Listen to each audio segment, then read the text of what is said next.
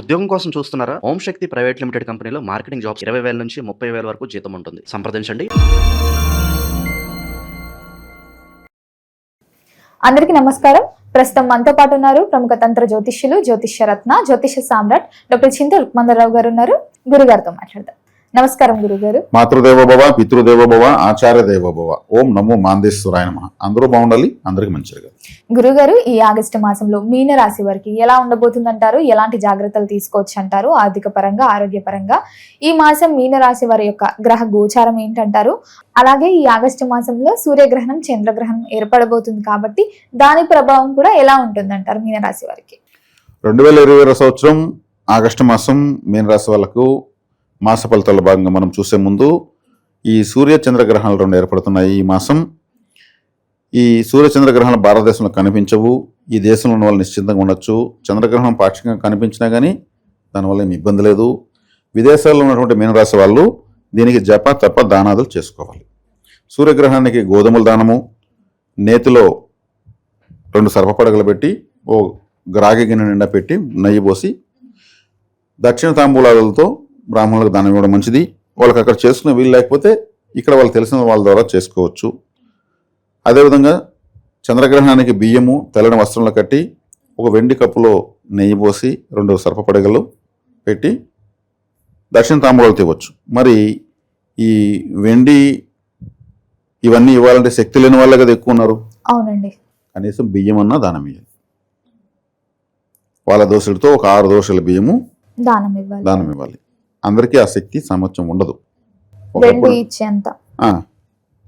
శక్తి మేర దానం చేయడం మంచిది. విదేశాల్లో ఉన్నటువంటి మీనరాశి వాళ్ళు మాత్రం చెప్పడం ఇది చేసుకుంటే చాలు. ఈ సమయంలో మంత్ర సాధన చేసుకుంటే విశేషమైనటువంటి శక్తిని పొందవచ్చు. అదేవిధంగా ఈ రాశికి ముఖ్యమైనటువంటి ఇంకో పరిహారం విషయం ఏమంటే, శని వక్రిస్తున్నాడు. వక్రించేస్తాడు ఆల్రెడీ. రాశిలోనే రివర్స్లో ఉన్నాడు.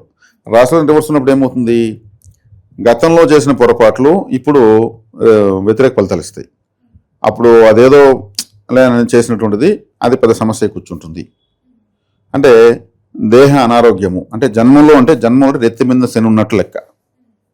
మన రాశిలో శని ఉంటే జన్మ శని అని అర్థం. మన రాశిలో గురువు ఉంటే జన్మ గురువు ఉన్నట్టు. మన రాశిలో రాహు ఉంటే జన్మ రాహు ఉన్నట్టు. మన మీదనే రాహు ఉన్నట్టు.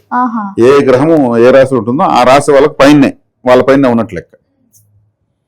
కాబట్టి ఇప్పుడు జన్మశని రివర్స్ అయ్యాడు అంటే వీళ్ళకు అనారోగ్యం చేయడానికి అవకాశం ఎక్కువ. కాళ్ళు నొప్పులు, అదేవిధంగా నరాలు లాగడము, ఇంకేదన్నా త్రిప్పట, చిన్న విషయాన్ని కూడా ఎక్కువసార్లు తిరగడము, ఆలస్యం అయిపోవడం, ప్రతి ఒక్కటి అన్ని రాశులు పర్ఫెక్ట్గా చేసినా కానీ అటువైపు వీళ్ళు జరగాల్సిన జరగకపోవడము, ఇవన్నీ ఉంటాయి. అంటే జన్మలో శని ఉన్నాడంటే ఇంకా 1.5-2 సంవత్సరం పాటు ఈ జన్మరాశిలో ఉంటాడు. తర్వాత 2.5 years మళ్ళీ మేషరాశిలోకి వెళ్తాడు. అంటే 3.5 years ఇంకా ఉంది. 7.5 సంవత్సరం గాను ఇతను 4 years వీళ్ళు కంప్లీట్ చేస్తారు ఏలినాటి శని. ఇంకా 3.5 years ఉంది. ఈ 3.5 yearsలో ఈయన కనీసం 3 to 4 times ఇలా వక్రిస్తూ ఉంటాడు. ఈ రాశిలో మళ్ళీ మేషరాశిలో కూడా 1-2-3 సార్లు వక్రిస్తాడు. ఇలా వక్రించినప్పుడంతా చాలా పరిస్థితులు తారుమారవుతూ ఉంటాయి. అంటే గ్రహాలు గత జన్మ యొక్క ఫలితాన్ని అనుగ్రహ రూపంలో ఇస్తూ ఉంటాయి. శనేశ్వరుడు మాత్రం కొంచెం కష్టాల రూపంలో ఇస్తూ ఉంటాడు. అంటే గత జన్మ బ్యాలెన్స్ని మన దగ్గర అనుభవింపు చేస్తూ ఉంటాడు. అది ఆయన అనుభవింపు చేయకపోతే మళ్ళీ ఇంకొక జన్మకు పోవాలి దీన్ని అనుభవించేదానికి. అది ఇంకా ఎక్కువ అవుతుంది. కాబట్టి ఇప్పుడు అనుభవించేసేది కరెక్ట్. శనేశ్వరుడు వల్ల వస్తున్నటువంటి బాధ అనుభవించేసేది కరెక్ట్. ఇప్పుడు బాకీ తీరిపోతుంది కదా. మనం అనుభవించాల్సింది ఎప్పుడో పెండింగ్ అనుభవించాల్సిందే. ఇంకా ఆయన కూడా అనుభవింపు చేసేది. ఏదో అనుభవించడానికే మనం పుట్టాం కదా. బాధల రూపంలో కొంత, సుఖాల రూపంలో కొంత. బాధల రూపంలో దాన్ని ఈయన అనుభవం చేస్తాడు. గురు శుక్ర బుధ లాంటి శుభగ్రహాలు సుఖాల రూపంలో అన్న అనుభవింపు చేస్తూ ఉంటాయి. ఇది అనుభవించాల్సిందే, దాన్ని అనుభవించాల్సిందే. సుఖ దుఃఖాల కలయికే మనిషి జీవితం. ఇలా అప్డేట్ అవుతూ పోతే ధైర్యం వస్తుంది. కాబట్టి ఇంకేదో ఈయన జన్మలో ఉన్నాడు కాబట్టి ఎక్కువగా శివారాధన, శివాలయానికి వెళ్ళడము, శివాలయంలో ఎక్కువసేపు స్పెండ్ చేయడము, శివాలయానికి సేవ చేయడము, ఆలయానికి 1 గంట కొని ఇవ్వడము, ఆలయానికి కరెంట్ ఛార్జీ కట్టడము, ఆలయానికి రంగులు వేయడానికి డబ్బులు ఇవ్వడము, ఎంతో కొంత ఇట్లా ఆలయ సేవకు ఎక్కువగా అంకితం, శివాలయానికి ఎక్కువ అంకితం కావడం వల్ల శని యొక్క ప్రభావం తగ్గుతుంది అంటే తగ్గదు. దాన్ని ఎదుర్కొనే శక్తి మనకు పెరిగిపోతుంది. మనకు శక్తి పెరిగినప్పుడు ఏమవుతుంది, శనేశ్వరుడు యొక్క ప్రభావం తగ్గిందని మనకు అనిపిస్తుంది. అంటే ఇక్కడ అడిషనల్ ఎనర్జీ మనం తీసుకుంటున్నాం. ఇప్పుడు చేత్తో గోడను కొట్టి పగల కొట్టాలంటే మన చెయ్యి రక్తం కారుతుంది. అదే మన చెయ్యి ఫిట్నెస్ బాగుండి చాలా మురటగా తయారైందంటే గోడే పగులుతుంది. అంటే మన శక్తిని పెంచుకోవాలని అర్థం. అది శివారాధన వల్ల సాధ్యమవుతుంది. శివారాధన వల్ల ఎందుకు సాధ్యమవుతుందంటే శివలింగానికి ఉన్న ప్రత్యేకత ఏమంటే మన యొక్క నెగటివ్ని, మన వ్యతిరేకత మాత్రం లాగేస్తుంది, మన అనుకూలతను లాగదు. మనకి ఎంత కష్టం ఉన్నా లాగేస్తుంది శివలింగం. అందువల్ల అక్కడికి వెళ్ళామనుకో, ఏలినాటి దూరం ఉండే కష్టం అన్నదా శివలింగం లాగేస్తుంది. అప్పుడేమవుతుంది, మందిర బాధే ఉండదు, ప్రశాంతంగా బయట వస్తాం. వెళ్ళిన కొద్దికి కనీసం 48 నిమిషాలు ఎవరైతే ఉంటారో, అంటే 2 గడియల కాలం శివాలయంలో ఎవరు స్పెండ్ చేస్తారో, అక్కడ ఏదో ఒక సేవ చేస్తూ లేదా ప్రశాంతంగా స్తంభం దగ్గర కూర్చుంటారో, వాళ్ళకు ఉన్న సమస్త బాధలు శివలింగం లాగేస్తుంది. ఆయన కాలకోట విషయం లాగేశాడు కదా శివుడు. అంటే ప్రపంచానికి ఉన్నటువంటి పెద్ద కష్టాన్ని లాగేశాడు ఆయన. అదే పని మనకున్నటువంటిది కూడా, మనకు ఉన్న కాలకోట విషయం అనేటువంటి బాధలు కూడా ఆయన లాగేస్తాడు. ఏలినాడు శని కోసం శని సింగనాపూర్ పోవాల్సిన అవసరం లేదు, శనికి తైలాభిషేకం చేయాల్సిన అవసరం లేదు, నల్లని ఒత్తులు దీపాలు పెట్టాల్సిన అవసరం లేదు, నల్లని వస్త్రాలు వేసుకుని ఐపుసం మాల వేయాల్సిన అవసరం లేదు. శని యొక్క మంత్రాన్ని 18,000 సార్లు 19,000 సార్లు హోమం చేస్తారు. ఇవన్నీ అవసరం. శివాలయంలో వెళ్ళి ఆయన నమ్ముకొని కూర్చుంటే చాలా, ఆయన మొత్తం ఆయన లాగేస్తాడు ఎవరైనా సరే. కాబట్టి ఇంతకన్నా సులభమైన మార్గం ఇంకొకటి లేదు. ఇది ప్రాక్టికల్గా ప్రూవ్ అయినటువంటి పరిహారము. శివాలయంలోనే నవగ్రహాలు పెడతారు, ఏ ఆలయంలో పెట్టరు. గ్రహాలు ఆయన ఆధీనంలో ఉంటాయి. ఆది పురుషుడు ఆయన.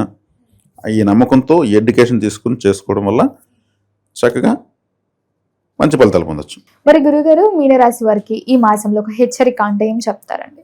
హెచ్చరిక అంటే వీళ్ళు సొంత నిర్ణయాలు చేయకూడదు.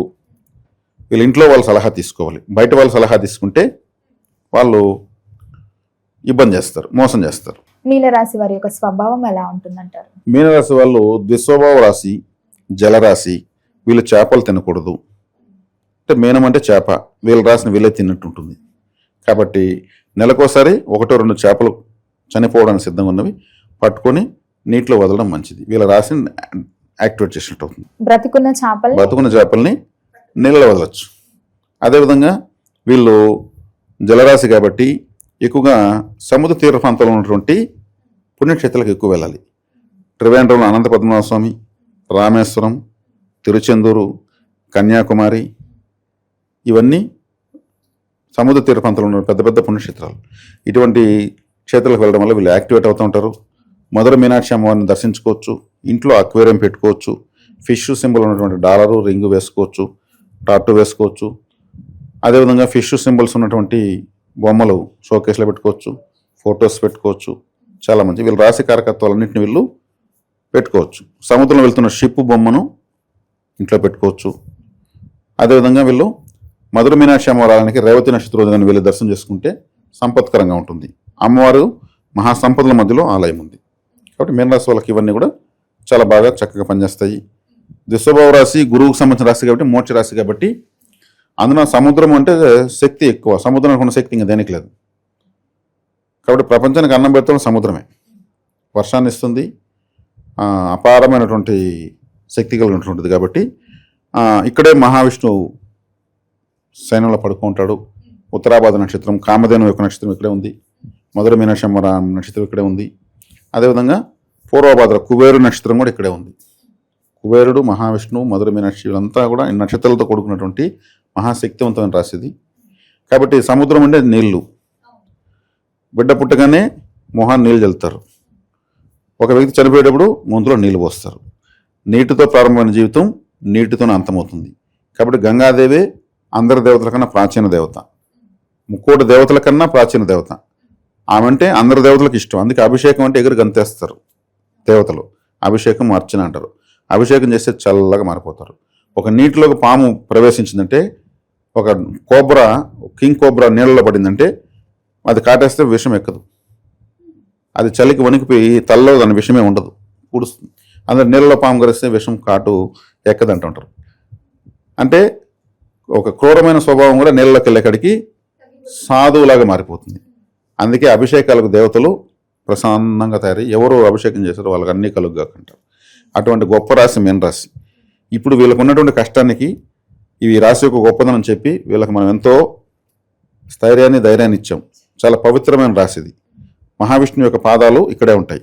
ఆయన పడుకుంటాడు కదా నీళ్ళ సముద్రంలో, అక్కడ లక్ష్మీదేవి ఉంటుంది. అంటే డబ్బులు ఇక్కడే ఉంది. సృష్టికర్త బ్రహ్మ ఇక్కడే ఉంటాడు. కాబట్టి కాలపురుష స్వభావం మొత్తము ఇక్కడే ఉంది. అందుకే భగవంతుని పాదాలకు ఎప్పుడు అభిషేకం చేయడం, ఆయన పాదాల పైన పెట్టి మన నెత్తిన పెడతారు చెడు గోపురం. అంతే కదా, ఆలయంలో చెడు గోపురం పైన దేవుడి పాదాలు ఉంటాయి. ఆ పాదాలు అన్నదే ఈ మీన రాశి. కాబట్టి అత్యద్భుతమైన మత్స్యావతారము, కూర్మావతారము ఎత్తింది సముద్రంలోనే.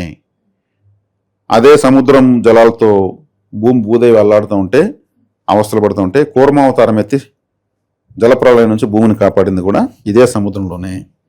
కాబట్టి అత్యంత పవిత్రమైన శక్తివంతమైన రాశి మీనరాశి. లేకపోతే ఎవరికి నిజమైన సంతోషం లేదు ఈ భూమిపైన ప్రతి ఒక్కరికి కూడా. అంటే మన శరీరం 80% జలతత్వమే, 80% వాటర్ ఉంటుంది మన శరీరంలో. మరి మీనరాశి అంటేనే జలం కదా, అపారమైన జలం కదా. కాబట్టి ఇప్పుడు వీళ్ళకి ఇక్కడ శనేశ్వరుడు ఉన్నాడు. అయినా కానీ ఇబ్బంది పడాల్సిన అవసరం లేదు. చక్కగా వీళ్ళు మత్స్య పురాణము, కూర్మ పురాణము, విష్ణు పురాణం లాంటివి చదివితే కూడా మంచి ఉపశమనము. శివాలయానికి వెళ్తే కూడా మంచిది. శివుడే అభిషేక ప్రియుడు, ఎప్పుడు గంగాదేవి నెత్తిన పెట్టుకుంటాడు. కాబట్టి ఆ సమస్త దేవతా శక్తి నిండినటువంటి రాశిది ఈ రాశి గురించి. దీనికి అందుకే గురుగ్రహం అధిపతి, దేవతలకు గురువు వచ్చి ఈ రాశికి అధిపతి అయినాడు. కాబట్టి ఏదైనా ఇప్పుడు చక్కగా పిల్లలకు స్నానం చేస్తే ఎంత బాగుంటారు, పెద్దలైన కానీ ఎంత సాయంత్రం స్నానం చేస్తే. కాబట్టి స్నానము అనేది అభిషేకం అని, అది కూడా అభిషేకమే లెక్క. మనం స్నానం అనుకుంటాం, దేవతలకు అది అభిషేకం అని చెప్తాం. కాబట్టి చాలా చాలా పవిత్రమైనది. గంగాదేవి ఎప్పుడు కలుషితం కాదు, ప్రక్షాళన చేస్తూ ఉంటుంది ప్రపంచాన్ని. కాబట్టి ఈ రాశి వాళ్ళు ఇవన్నీ వినేసి ఈ పరిహారాలు చేసుకుంటే చాలా ప్రశాంతంగా ఉండొచ్చు. కష్టాలు ఉన్నా లేనట్లే. గురుగారు, మొత్తం మీద ఆగస్టు మాసంలో మీనరాశి వారికి ఎలా ఉంది, ఎలాంటి జాగ్రత్తలు తీసుకోవాలో తెలియజేసినందుకు ధన్యవాదాలు. ధన్యవాదాలు. ప్రస్తుతం మనతో పాటు ప్రముఖ ఆధ్యాత్మికవేత్త, వేదిక్ ఆస్ట్రాలజర్ అవినాష్ దాస్ గారు మనతో ఉన్నారు. గురువు గారితో మాట్లాడదాం. నమస్కారం గురుగారు. నమస్కారం అండి. ఓం నమ శివాయ, ఓం నమో వెంకటేశాయ. మీనరాశి వాళ్ళకి విశేషంగా ఆగస్ట్ నెల ఏ విధంగా కలిసి రాబోతుంది, మరి ఏళ్ళనాటి శని తాలూకు ఇంపాక్ట్ ఎలా ఉంటుందంటారు, ఎటువంటి విశేషాలు వీళ్ళకి జరగబోతున్నాయి ఈ మాసంలో? ఇప్పుడు ఆగస్ట్ నెలలో మీనరాశి వాళ్ళకి ఎలా జరగబోతుంది? బేసిక్గా ఒక మనిషికి ఎవరు ఎదురొస్తారు? ఫర్ ఎగ్జాంపుల్ మీరున్నారు, మీకు గర్ల్ ఫ్రెండ్ ఉంది, ఆమె ఎలాంటి అమ్మాయో దాన్ని బట్టి మీ జీవితంలో చాలా మార్పులు వస్తాయి. ఇంకో అబ్బాయి ఉన్నాడు అనుకోండి, అతని జీవితంలో ఒక అమ్మాయి రావచ్చు, ఆయన జీవితంలో వచ్చే అమ్మాయి బట్టి ఆయనకు చాలా డిఫరెన్స్ ఉంటుంది. ఇప్పుడు మీకు వచ్చే అమ్మాయి, ఆయనకు వచ్చే అమ్మాయి కరెక్ట్ వేరుండొచ్చు. మీకు సీత రావచ్చు, ఆయనకు శూర్పణఖ రావచ్చు. ఇప్పుడు నా జీవితంలో ఒక అమ్మాయి ఉంది, ఆ అమ్మాయి ఎవరో దాన్ని బట్టి నా జీవితం డిసైడ్ అవ్వచ్చు. అంటే మన జీవితంలో వచ్చే అమ్మాయి మనకి ఎంత హెల్ప్ చేస్తుంది. అలానే మన జీవితంలో ఒక ఫ్రెండ్ ఉన్నాడు, ఆ ఫ్రెండ్ మనకి ఎంత హెల్ప్ చేస్తాడు. మన జీవితంలో ఒక ఫ్రెండ్ ఉన్నాడు, ఒక లవర్ ఉన్నాడు, అదే ఒక శత్రువు వచ్చి పడ్డాడు, వాడు మనల్ని ఏం చేస్తాడు, మనం వాడిని ఏం చేస్తాం. ఇక్కడ చెప్పే పాయింట్ ఏంటంటే, మీన రాశి వాళ్ళు ఆగస్టు నెలలో ఎవరినో ఒకరిలో కొట్టబోతున్నారు. అంటే మీకు అలాంటి పరిస్థితి వస్తుంది. ఇప్పుడు మీకు విఘ్నత ఉంది, ఒక ఊపు లేదు, ఒక నార్మల్ పర్సన్, కొంచెం తెలివితేటలు ఉన్నాయి, మెయిన్గా గురువు బాగుందంటే మాటలతో కానిచ్చేస్తారు, క్లోజ్ చేసి ఇంకా నీకు నాకు సంబంధం లేదు అని చెప్పి ఎవరి దారినో వెళ్ళిపోతారు. కానీ ఎక్కువ మంది గొడవడతారు, కొట్టుకుంటారు, రక్తాలు వస్తాయి. సో అవి కనిపిస్తుంది మీనరాశి వాళ్ళకి. సో ఈ నెల మిమ్మల్ని కొట్టడం కాదు, మీరే ఒకరిని కొడతారు.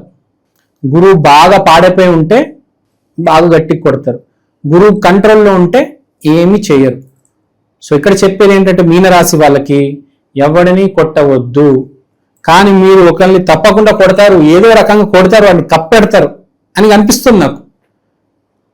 ఫిజికల్ ఫైట్ బ్రేక్అవుట్ అవుతుంది. ఆడవాళ్ళకైతే వర్బల్, అది జుట్టు లాక్కునేదాకా వెళ్ళిపోవచ్చు. మగవాళ్ళకైతే ఇంకా చెప్పనక్కర్లేదు, అది ఎక్కడి వరకు వెళ్తుందో అసలు దానికి లిమిటే ఉండదు. సో ఇక్కడ మీనరాశి వాళ్ళకి చెప్పేది, రోడ్డు మీద కావచ్చు, మీ ఆఫీస్లో కావచ్చు, మీ స్కూల్లో కావచ్చు, కాలేజీలో కావచ్చు, ఎక్కడైనా ఏదైనా గొడవ అవుతే దాన్ని వదిలేయండి అక్కడికక్కడే. దాన్ని సాల్వ్ చేసి ముందుకెళ్ళడానికి ప్రయత్నం చేయండి. దాన్ని పెద్ద చేసి దాన్ని నెత్తి మీదకి తెచ్చుకోవద్దు, పోలీస్ స్టేషన్లు, కోర్టుల వరకు, లేకపోతే ఆ మనిషిని చంపేయడము. సో మీకు టైము ఒక రకంగా బాగుంది, ఒక రకంగా బాగాలేదు. మీకు ఎందుకు బాగుంది అంటే మీకేం కాదు, అవతల తన్నులు తింటాడు, కానీ మీరు కొట్టబోతున్నారు కదా, దానివల్ల దాని తర్వాత ఆఫ్టర్ ఎఫెక్ట్స్ ఉంటాయి. అవన్నీ కొట్టిసేది పోలీస్ స్టేషన్కి ఉండదా, ఏమని జరగవచ్చు కదా తర్వాత. సో మీనరాశి వాళ్ళు ఆ విషయంలో జాగ్రత్తగా ఉండాలి. తర్వాత ఈ మాసం మీరు ఎవరితో పడితే వాడితో ఫ్రెండ్షిప్ కానీ వ్యాపారంలో పార్ట్నర్షిప్ కూడా చేయకూడదు. వాడేదో పెట్టమంటాడు, మీరేదో పెడతారు, వాడి తర్వాత ఇవ్వడు, మీ డబ్బులు మునిగిపోతాయి, మీకు అది లాస్. అది కాకుండా వాడు మోసం చేశాడని మీరు వాడి తలకాయ పగలగొడతారు, ఆడి తలకాయ పగిలిపోతుంది, డబ్బులు పోయినాయి ప్లస్ ఆడి తలకాయ కూడా పగిలింది. 2 రకాలుగా మీకే డ్యామేజ్ జరుగుతుంది. సో ఇక్కడ చెప్పేది ఏంటంటే ఈ నెల పార్ట్నర్షిప్లో ఇన్వెస్ట్మెంట్ చేయవద్దు. ఆ పార్ట్నర్ తెచ్చి పెట్టుకోవండి, ఇప్పుడు ఇన్వెస్ట్మెంట్ చేయొద్దు. మీకు ఆగస్టు నెల అయితే కలిసి రాదండి. గురువు ఉచ్చ స్థితిలో ఉన్నా కూడా మీ రాహు ఇంక శని సపోర్ట్ చేయడం లేదు కాబట్టి మీరు ఎవరితో ఏ రకమైన ఆర్థిక లావాదేవీలు కానీ ఫ్రెండ్షిప్ కానీ పెట్టుకోవద్దు. తర్వాత స్త్రీ గురించి మాట్లాడదాం. స్త్రీతో కూడా జర జాగ్రత్తగా ఉండాలి. అది ఎక్కడి వరకు వెళ్తుందో మీకు తెలీదు, చాలా ఇబ్బందులు తెచ్చి పెడతారు. మీరు అమ్మాయికి ఇబ్బందులు తెచ్చి పెడతారు. మామూలుగా అమ్మాయి అబ్బాయికి ఇబ్బందులు తెచ్చి పెడతారు, ఇక్కడ మీరు అమ్మాయికి ఇబ్బంది తెచ్చి పెడతారు, మీ వల్ల అమ్మాయికి ఇబ్బందులు వస్తాయి. అది కూడా మళ్ళీ తిరిగి మీకే కొడుతుంది కదా, మీరు ఇబ్బంది తీసుకొస్తే మీకే తిరిగి కొడుతుంది. సో ఏదో రకంగా మీకు డ్యామేజ్ జరుగుతుంది, మీ ఫ్రెండ్ వల్లనో, లేకపోతే మీ బిజినెస్ పార్ట్నర్ వల్ల, లేకపోతే మీ స్త్రీ వల్ల. సో ఇక్కడ చెప్పేది ఏంటి, గర్ల్ ఫ్రెండ్తో కూడా ఏ ఆర్థిక లావాదేవీలు పెట్టుకోవద్దు. ఈ మాసం దూరం ఉండండి మీ గర్ల్ ఫ్రెండ్కి, ఆమెకి ఏ డబ్బులు ఇవ్వద్దు, ఆమె దగ్గర ఏది తీసుకోవద్దు. ఎందుకంటే రేపు గొడవ అయితే రేపు ఆ పేమెంట్ చూపించే పోలీస్ స్టేషన్లో హనీ ట్రాప్ అని చెప్పి ఏదో చేస్తుంది కదా. చెప్పలేము ఎప్పుడు ఏ అమ్మాయి ఎలా ప్లేట్ తిప్పేస్తుందని. ఈ రోజులు అలానే ఉన్నాయి, ప్రతి అమ్మాయి అలా చేస్తుందని చెప్పట్లేదు. మీకు సడన్ గా ఆగస్టులో కొత్త అమ్మాయి పరిచయం అవ్వచ్చు, మీకు ఎవరో ఏంటో తెలియదు, మీరు ఇచ్చేశారు, తర్వాత మీరు ఇరుక్కోవచ్చు కదా. ఇక్కడ చెప్పే మాట ఏంటి, మీనరాశి వాళ్ళు వ్యాపారం, ప్రేమ, ఫ్రెండ్షిప్ ఈ నెల దూరం ఉండండి. చేసినా కూడా దాన్ని ముందుకు తీసుకెళ్ళొద్దు. ఒక గర్ల్ ఫ్రెండ్తో వెళ్ళాం, ఆమైనా కట్టాలి, మీరైనా కట్టాలి బిల్లు. ఎక్కువ ఉంటే సగం సగం వేసుకోండి అంతే, మీరే మొత్తం మీ తల మీద వేసుకోవద్దు. మీకు అర్థమైందా? లేకపోతే ఆమె తల మీద వేసేవద్దు, నా దగ్గర లేవు అని చెప్పేసి. ఎంతలో వెళ్ళాలి, ఎక్కడికి వెళ్ళాలి, ఎంత పెట్టాలి, that's it. Me girl friend కావచ్చు, మీ భార్య కూడా అవ్వచ్చు, ఆమె ఏదో కొనిమంటది, తర్వాత వచ్చే నెలలో చూసుకొని ఇప్పుడు వద్దు, టైం బాగాలేదు, అయ్యో ఏదో జరుగుతుంది. సో ఈ నెల మీకు బాగాలేదు అని చెప్పడం లేదు, జాగ్రత్తగా ఉండండి అని చెప్తున్నా. మీకు అన్నీ బాగున్నాయి, మీ శాలరీ మీకు వస్తుందండి, మీ శాలరీ మీకు వస్తుంది, కానీ మీ ఎంప్లాయీతో గొడవ అవుతుంది. గర్ల్ ఫ్రెండ్ వస్తుంది, తిరుగుతుంది, కానీ ఆమెతో గొడవ అవుతుంది. ఫ్రెండ్తో గొడవ అవ్వచ్చు, బిజినెస్ పార్ట్నర్తో గొడవ, అందరితో ఉండండి. డబ్బు అనే వచ్చేసరికి కట్ చేసేయండి. ఇన్వెస్ట్మెంట్ ఎక్కువ చేయొద్దు. హోటల్కి వెళ్తే 1000 రూపాయలు అంతే. బంగారాలు కొన్నాలు, కార్లు కొన్నాలు, పెద్ద పెద్ద ఇన్వెస్ట్మెంట్ 1,00,000 రూపాయలు, 50,000, 10 లక్షలు, 50 లక్షలు, కోటి, 100 కోటి ఈ నెల చేయొద్దు. ఈ నెల మనం ఎంత వెనకలు ఉంటే అంత మంచిది. ఈ నెల మీరు మునిగిపోతారు అని సూచనలు కనిపిస్తున్నాయి. సమయం బాగాలేదు. మీ జాతకంలో గురువు బాగుంటే మీకు ఏమీ కాదు, కానీ మీ జాతకంలో గురువు కొంచెం డ్యామేజ్ ఉన్నా మీరే ఇబ్బంది పడతారు. సో డ్యామేజ్ కనిపిస్తుంది, ఈ మాసం జాగ్రత్త ఉండండి సుమా అని చెప్తున్నాను. రెమెడీ చేసుకుందాం. దత్తాత్రేయ స్వామి ఆలయంకి వెళ్ళి శ్రీ గురుదత్త, జయ గురుదత్త భావన, with the feel, with the gratitude, I bend before you Shri Gurudatta, జయ గురుదత్త. అంటే బెండ్ అయ్యి మరి గురు నమస్కారాలు అంటారు చూడండి, బెండ్ అయ్యి మరి పెడతారు. సాష్టాంగ నమస్కారాలు, గురు నమస్కారాలు పెట్టాలి. మనకి ఇప్పుడు అవసరం ఉంది సమయంలో, అది చేసుకోండి. మిగతా పిచ్చి పనులు ఏమి పెట్టుకోవద్దు. ఇప్పుడు మిమ్మల్ని మీరు డెవలప్ చేసుకోండి. నవంబర్ 2వ తారీఖు దాకా మనకు టైం ఉంది. గురువు ఉచ్చంలో ఉన్నాడు. మిమ్మల్ని మీరు డెవలప్ చేసుకోండి. బయట వద్దు, మనకు అవసరం లేదు. మనము, మన ఆఫీసు, మన ఇల్లు అంతే. జాగ్రత్తగా వెళ్ళి జాగ్రత్తగా రండి. మీకు ఏమీ కాదు, కానీ మీ వల్ల ఎవరికో ఏదో జరుగుతుంది, గుర్తుపెట్టుకోండి. అది రోడ్డు మీద మీకు ఎవడైనా అడ్డొచ్చినా మీరే వాడు అన్ని కొట్టి మరి ఇంటికి హ్యాపీగా వస్తారు. కానీ తర్వాత ఏం జరుగుతుందో మనకు తెలియదు కదా. ఎందుకు అదంతా? మిమ్మల్ని ఏమీ చేయలేదు కానీ మీరేదో చేసేస్తారని నా భయం. అదే, మీరు ఎవరిని ఏమి చేయొద్దు దయచేసి, ఆడైనా మగ అయినా దయచేసి మీ లిమిట్లో ఉండండి, మీ కంట్రోల్లో ఉండండి అంతే. అదే కోరుకుంటారా మీనరాశి వాళ్ళకి.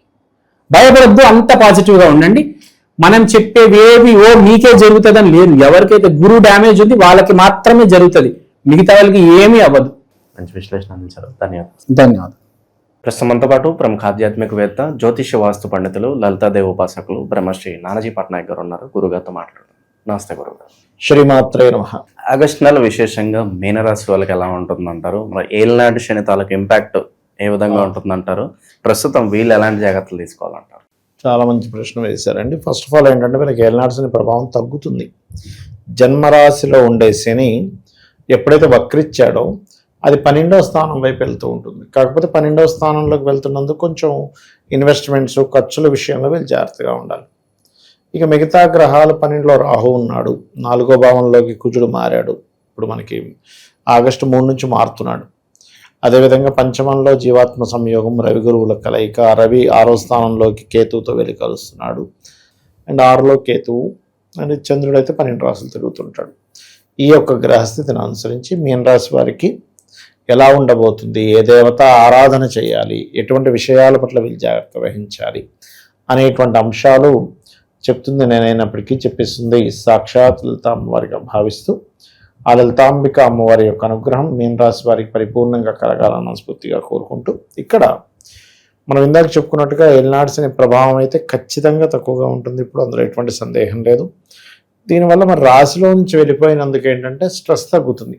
అంటే ఒక తల మీద పెద్ద బరువు పెట్టుకున్న వారికి దింపితే కొంచెం రిలీఫ్ వస్తుంది చూసారా, అలా రిలీఫ్ అయితే ఖచ్చితంగా ఉంటుంది వీరికి, అందులో డౌట్ ఏం లేదు. కాకపోతే ఖర్చుల విషయంలో, విదేశాలకు వెళ్ళే విషయంలో, జీవిత భాగస్వామితో వివాహ జీవితం విషయంలో మాత్రం కొంచెం గతంలో జరిగిపోయిన విషయాల వల్ల కొంత ఇబ్బంది వస్తూ ఉంటుంది.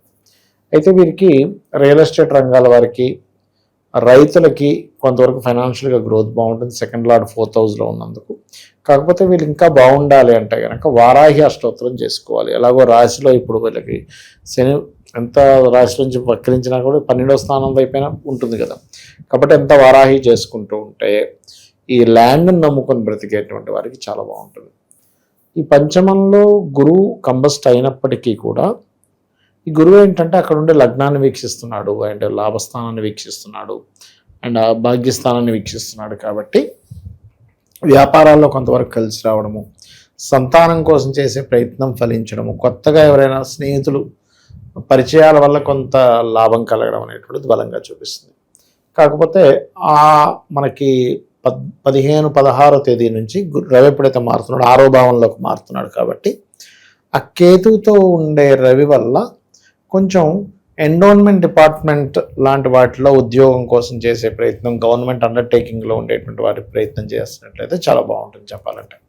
కాకపోతే వీరికి కూడా సప్తమంలో రాహు ఉన్నందుకు, లగ్నంలో వక్రించిన శని ఉన్నందుకు వీలైనంత మటుకు వివాహం జోలికి వెళ్ళకపోవడం మంచిది. ఈ మంత్ అంతా కూడా నీచంలో ఉండే శుక్రుడు కదా, వివాహ కారకుడు కదా, అందుకని అది ముఖ్యంగా చూసుకోవాలి. పార్ట్నర్షిప్స్ కూడా పనికిరావు. అందులో ముఖ్యంగా ఎవరైనా, ఇప్పుడు అంటే అందరికీ నేను చెప్పట్లేదు, కొంచెం స్త్రీలతో ఎవరితోనైనా, స్త్రీ అయినా పురుషుడైనా పార్ట్నర్షిప్ చేసే విషయంలో కొంచెం జాగ్రత్తగా ఉండాలి ఈ టైంలో పర్టికులర్గా చెప్పాలంటే. అండ్ అదేవిధంగా మరొక విషయం ఏంటంటే, ఈ దశమాధిపతి ఎప్పుడైతే ఎగ్జాల్టెడ్ పొజిషన్లో ఉన్నాడో ఉద్యోగంలో, అందులో ముఖ్యంగా వాటర్ డిపార్ట్మెంటు, ఎన్విరాన్మెంట్ డిపార్ట్మెంటు, లేకపోతే గవర్నమెంట్ అండర్టేకింగ్, గవర్నమెంట్ జాబ్స్ చేసేటువంటి వారు, టీచింగ్స్, కన్సల్టెన్సీస్ ద్వారా జాబులు సంపాదించుకునేటువంటి వారికి కొంచెం ఇక్కడ కొంత బాగుందని చెప్పుకోవచ్చు. కొద్దిగా ప్రయాణాలు కూడా ఉంటాయి ఉద్యోగ సంబంధించినటువంటి విషయంలో, అది మెయిన్గా ఉంది. అయితే వీళ్ళు ఎక్కువగా దక్షిణామూర్తి యొక్క ఆరాధన ఎక్కువగా చేయాలి. ఎంత దక్షిణామూర్తి ఆరాధన చేస్తూ ఉంటే దీనివల్ల ఏమవుతుందంటే గురుబలం పెరగడం వల్ల రాశిలో ఉన్నటువంటి ఏలినాడ్స్ అనే ప్రభావం కూడా పూర్తిగా తగ్గుతుంది. లవ్ అండ్ రిలేషన్స్ పరంగా ఎలా ఉంటుందంటారు వీళ్ళకి? లవ్ అండ్ రిలేషన్ అంటే కొంతవరకు బెటర్గా ఉంటుందని చెప్పుకోవచ్చు. లవ్ ఎందుకంటే పంచమంలో ఉచ్చలో ఉండేటువంటి గురువు కదా, కాబట్టి దానివల్ల బాగానే ఉంటుంది. గురుగారు, మరి ఏలినాటి శని ప్రజెంట్ అంత ఇంపాక్ట్ లేకపోయినప్పటికీ ఫర్దర్గా వీళ్ళు బాధించకూడదంటే మంచి మంచి పరిహారాలు ఏమైనా ఉంటే తెలియచేయండి వీళ్ళ కోసం. మంచి మంచి పరిహారాలు అంటే ఎప్పుడైనా సరే ఏలినాడ్స్ అనే విషయంలో కొన్ని జాగ్రత్తలు తీసుకోవాలండి. పరిహారం కూడా చెప్తాను. మంత్రం అయితే ఓం అనాకలిత సాదృశ్య చుబుక శ్రీ విరాజితాయ నమః. తంత్రం అయితేనేమో వీళ్ళు సాంబ్రాణి, అమ్మవారికి సాంబ్రాణి చూపించడము, బెల్లము గోవులకు తినిపించడము, వీలైతే మిరియాలతో హోమం చేయడం చక్కగా పనిచేస్తుంది. మరియు అదేవిధంగా సేవా సంబంధించినవి కనుక చూసుకుంటే గోవులకు కాస్త బెల్లం తినిపించడము సేవ కిందకు వస్తుంది. బాగా ఏజ్డ్ పర్సన్స్కి ఏదైనా సేవ చేస్తే ఆ రకంగా కూడా ఏలినాడ్స్ అని తగ్గుతుంది. చెప్పాలంటే నువ్వులు దానంగా ఇవ్వచ్చు, ఏలినాడ్స్ అనే ప్రభావం తగ్గడానికి ఇలా చేసుకోవచ్చు. గురుగారు, ఆగస్టు 13 నుంచి మనకి శ్రావణ మాసం ఉంది. మరి ద్వాదశ రాశులందరికీ కూడా విశేషంగా అన్ని విధాలా కలిసి రావాలంటే ఎలాంటి పరిహారాలు చేసుకోవచ్చు అంటారు ఈ మాసంలో? శ్రావణ మాసంలో వెంకటేశ్వర స్వామి యొక్క ఆరాధన చేసుకోవడం చాలా మంచిది. వెంకటేశ్వర స్వామి సుప్రభాతంతో నిద్రలేవడం, విష్ణు సహస్రనామాలు వినడం, వీళ్ళకి ఏమవుతుందంటే వెంకట అంటే పాపముని తీసేసేవాడు వెంకటేశ్వర స్వామి, ఈ కలియుగ దైవం. కాబట్టి వెంకటేశ్వర స్వామి ఆరాధన ఈ మాసం అంతా కూడా వీళ్ళు అంటే ఉదయం నిద్రలేచిన వెంటనే కూడా కాస్త అంటే వీళ్ళు ఒక ఉపవాసంలాగా చేయాలనుకుంటే చేసుకోవచ్చు. అంటే ఒంటి పూట ఉండడం, ఇట్లా కొంచెం దీక్షలా తీసుకొని చేసుకుంటే చాలా మంచిది. శ్రావణ మాసంలో అన్ని రాసుల వారు కూడా తిరుపతికి వెళ్ళి వస్తే చాలా మంచిదండి. ఎందుకంటే కర్మస్థానంలో ఈ కాంబినేషన్ ఏర్పడుతుంది అమావాస్య తర్వాత చూసుకున్నట్లయితే. సో ఎప్పుడైతే శ్రవణ నక్షత్ర సంబంధంగా ఉండేదాన్ని పౌర్ణమి వచ్చేదాన్ని శ్రవణ మాసం ఎలా అంటారో, ఈ కర్మకారక రాశిలో శ్రవణ నక్షత్రం ఉంటుంది. ఈ కర్మ మనకు తగ్గాలి అంటే ముందుగా పూర్వజన్మ కర్మ దగ్ధం అవ్వాలి. పూర్వజన్మ దగ్ధం అయ్యేటువంటి వాటిలో కొన్ని విధానాలు ఈ కలియుగంలో వెంకటేశ్వర స్వామిని ఆరాధించడము, లలిత చదువుకోవడము, సూర్య నమస్కారాలు చేసుకోవడం, అంటే సూర్య ఆరాధన చేయడము, లేకపోతే ఏదైనా క్షేత్రానికి వెళ్ళి అక్కడ ఏదైనా సేవ చేయడం చేస్తూ ఉండాలి. ఇవే ముఖ్యంగా చెప్పాలంటే. అయితే ఇది కేవలం చాలామంది ఏమనుకుంటారంటే శ్రవణ నక్షత్రం వాళ్ళకి మాత్రమే పనిచేస్తుంది అనుకుంటారు. అలా ఏం లేదు, అందరికీ కూడా ఈ యొక్క ఫలితం అనేటువంటిది వస్తుంది, అందులో ఎటువంటి సందేహం లేదు. ఇంకా వీలైతే కనుక శివాలయం ఏదైనా ఉన్నట్లయితే శివుడికి పాలతో అభిషేకం చేసి వెంకటేశ్వర స్వామి ఆరాధన చేసినట్లయితే కూడా చాలా బాగుంటుంది. మనకి గోశాలకు వెళ్ళి గోవులకి బెల్లము పదార్థాన్ని తినిపించడము చాలా మంచి ఫలితాలు ఇస్తుంది శ్రావణ మాసంలో.